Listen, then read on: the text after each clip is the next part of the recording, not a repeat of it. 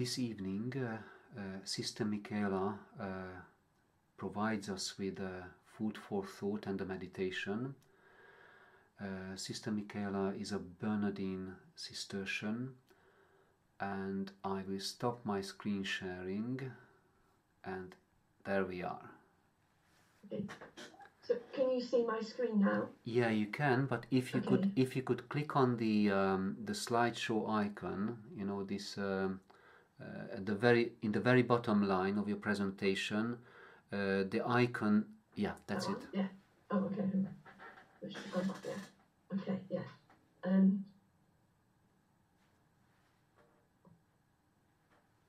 Just gonna. Okay.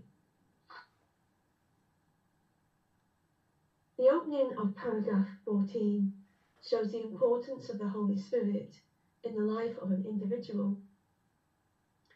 In our communities and in our institutions, sometimes in the Catholic Church, we might be in danger of being like those believers whom St. Paul encountered at Ephesus, those who didn't even know about the Holy Spirit. We are all called to be witnesses to the power of the resurrection and the outpouring of the Holy Spirit in our lives.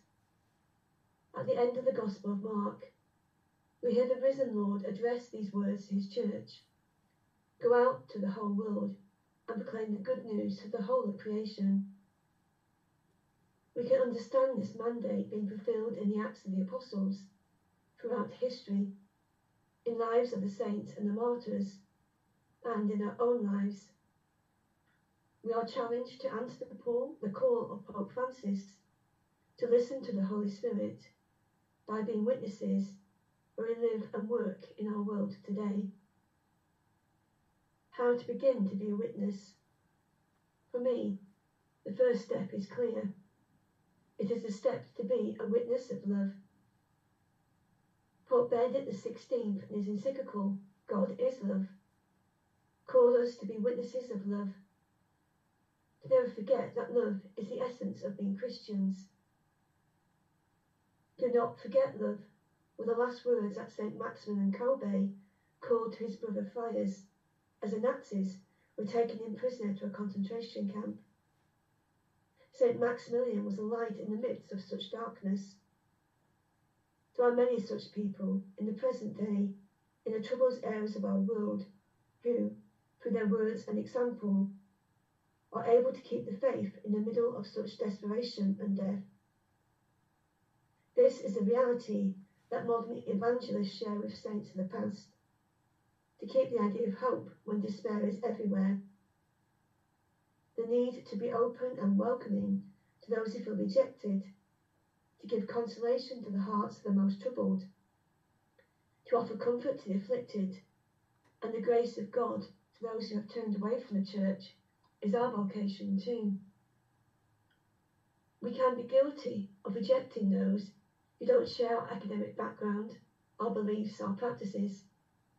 Perhaps those who are just a little bit different, who don't conform. This is a call to us in paragraph 15 of the document, to reach out to all those who feel they don't belong. I was struck by the paper published this week from the Embit Centre for Ecclesiastical Ethics by Dr. Liam Hayes, Discover Believing, Not Belonging, research carried out during the summer of 2023 by the Diocese of Brentford, which explores why Catholics no longer come to church. I've given you a quote from the foreword. Why do Catholic men and women no longer come to Mass? Why do so many Catholics no longer regularly practice their faith in the church? What has happened for so many baptised Catholics to leave? How has our church or COVID influenced and amplified such a movement away from the church? Where have all our people gone? Father Liam also writes, "May God grant us the wisdom to respond with both humility and courage to the voices that we encounter."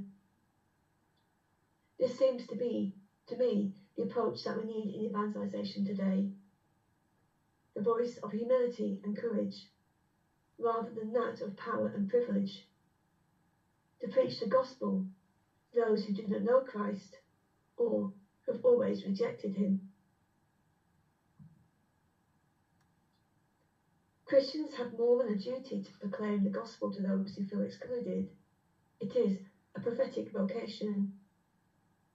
We are God whose plan of salvation has continued for 13.7 billion years, if we accept the scientific age of the universe. It is a truly amazing belief, a source of real joy and hope. So often as Christians, we seem to apologize for our beliefs, though conscious and ashamed of the many mistakes that have caused great hurt. We are still called to share the joy of the gospel. We are called to set the world on fire with the joy of the Christian message. But too often, we are wet blankets, putting a damper on the joy of the gospel. On a personal level, I was encouraged recently by a young person who comes to visit us here as part of UCAN, a young Catholic network. Her name is Asaf, and she's a young doctor working in a hospital in Manchester. As a young Muslim, she felt called for many years to convert to the Catholic Church. This has meant for her the possibility of being cut off from her family, receiving death threats if she returns to her home in Egypt. Yet her motivation is the sheer joy she finds in the Catholic Church and in her relationship to Christ. And the quote I put in the screen really struck me, that Christians have the duty to proclaim the gospel without excluding anyone. Instead of seeming to impose new obligations, they should appear as people who wish to share their joy. The same joy that the young people who come to us on the UCAN days experience. Because we can feel safe as Catholics, living fairly comfortable lives in our homes, in our monasteries, in our academic settings. But we are reminded that Jesus calls us to risk everything to pick up his cross and follow him. What about us? What does it cost us today to follow him? Where is our joy that will infect and inspire others to share this joy too? We are inspired by the message of Pope Francis to move beyond academic discussions, to move away from trying to conserve emptying and aging churches in our Western world. I'm giving you a quote there from the Latin American bishops who stated that we cannot passively and calmly wait in our church buildings. We need to move from a pastoral ministry of mere conservation to a decidedly missionary pastoral ministry. And Pope Francis quotes that in paragraph 15. We need to begin to see the impact that the joy of the gospel can have on the spirituality and prayer of all people, especially those who are yearning for something, for someone to believe in. What would really happen if we today took the challenge of Pope Francis seriously, to move from conservation of buildings to a more missionary pastoral ministry? It seems to me that NBIC has responded by reading the signs of the times, attentive to the Holy Spirit, by moving from Grange Road to an exciting new venture, however frightening this may be. Much fruit will be born from this.